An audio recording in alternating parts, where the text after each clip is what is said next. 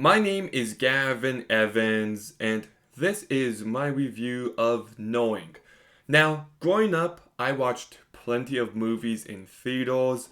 The Sam Raimi Spider-Man trilogy, Pirates of the Caribbean 3, Monsters Inc., Shrek 2, Shrek 3, Kung Fu Panda, just movies of that type. But this was the first movie I saw in theaters that felt like it was mature, that felt like it was for grown-ups. So I have a special place in my heart for this movie because of that, and I've always liked it. I've always found this to be a quality movie, but rewatching it last night, it's even better than I remember. In fact, I think the negative reviews for this movie are just baffling. I think it has a 36% on Rotten Tomatoes and a 42% from the audience. And I don't get it. I think this movie is smart, it's ambitious, it's tense, it's compelling. It's just everything you want a movie like this to be. Like, this movie does not play it safe in any way, shape, or form. And I love how it's constantly evolving. Like, it starts off as a mystery movie, then it turns into a disaster movie, and then it turns into a sci-fi fantasy. And I just love just the movie is trying to do so much, and I think it pulls it off flawlessly. I think everything with the numbers is as compelling as can be. I think the disaster sequences are very tense and very exciting. And I think the sci-fi fantasy aspects of the last act to be fascinating. So there's just a lot to gain from this movie. And it's never boring. It's a constantly engaging movie. And I also feel like it has a lot to say about faith and religion. There are conversations you can have about what's going on here and about Nicolas Cage's character that are very meaningful. Like this is a type of movie you finish up and you can have conversations about. And I love that about it. There's lots of different ways to interpret certain events, and I love that. I thought the main character arc was so incredibly well done, and he was given plenty of depth, and you understand why he has the worldview he does, and how everything happening affects him on a truly deep level. I love how this movie explores determinism and trying to make sense of everything. And what I also love about this movie is this constant sadness. You feel helpless about everything going on, and you feel the weight of it. Like, there are moments where Nicolas Cage is reacting to something, and you just feel it.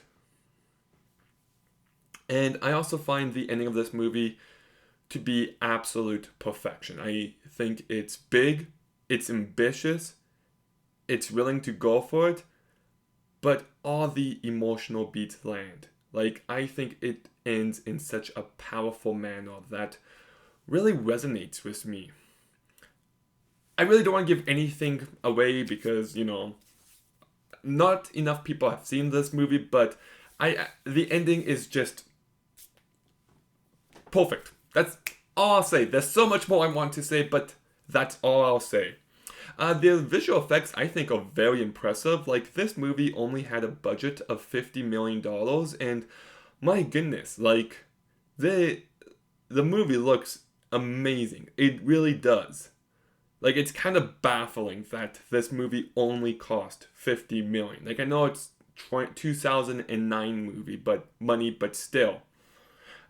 The movie is incredibly well paced. It just flies by, like I said. And I just think all around, it's a really well directed movie by Alex Prolas. I think he brings this script to life in a pitch perfect manner. I really do. There's also some nice creepiness to this movie. Like, it's not scary by any means, but the constant whispering and some of the imagery in the very beginning, it's like the perfect kind of movie for when you're a kid and you're not quite into horror. Like, this movie is some nice spooky fun every now and again. And I think the performances are great. Nicolas Cage, this would be one of my favorite performances by him. I think he carries this movie incredibly well. And like I said, he sells you on the weight of everything going on. And his character has a lot to work with, and he just brings it to life in a pitch perfect manner. He also has some of his crazy, over the top moments while never taking you out of the movie. Rose Byrne is one of my favorite actresses, and I think she makes the most of her limited screen time. She's really good here. Chandler Canterbury as Caleb, the kid, is fine. A bit of an inconsistent performance, but I think he does his job well enough. And Laura Robinson, I think, does a very good job. She plays both Abby and Melinda, I believe, Melina. And yeah, she does a very good job. Ben Mendelsohn's in this movie, and I only bring that up because I saw him, and I'm like, who is that? It was Ben Mendelsohn before he was big. Liam Hemsworth is also in this movie for like a minute, so yeah. The cast does a good job. My only issue with this movie, and it's tough for me to talk about without getting into spoilers, I just feel like a certain threat could have been built up to a bit better if they laid some of the groundwork in the first two acts. But I think this movie is ambitious.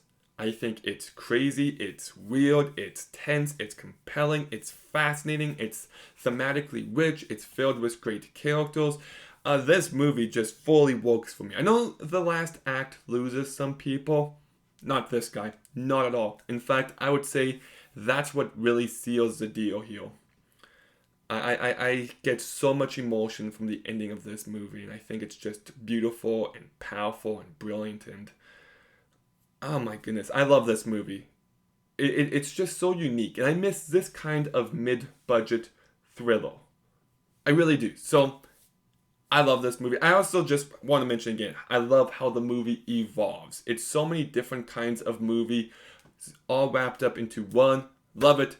Knowing gets a 9 out of 10.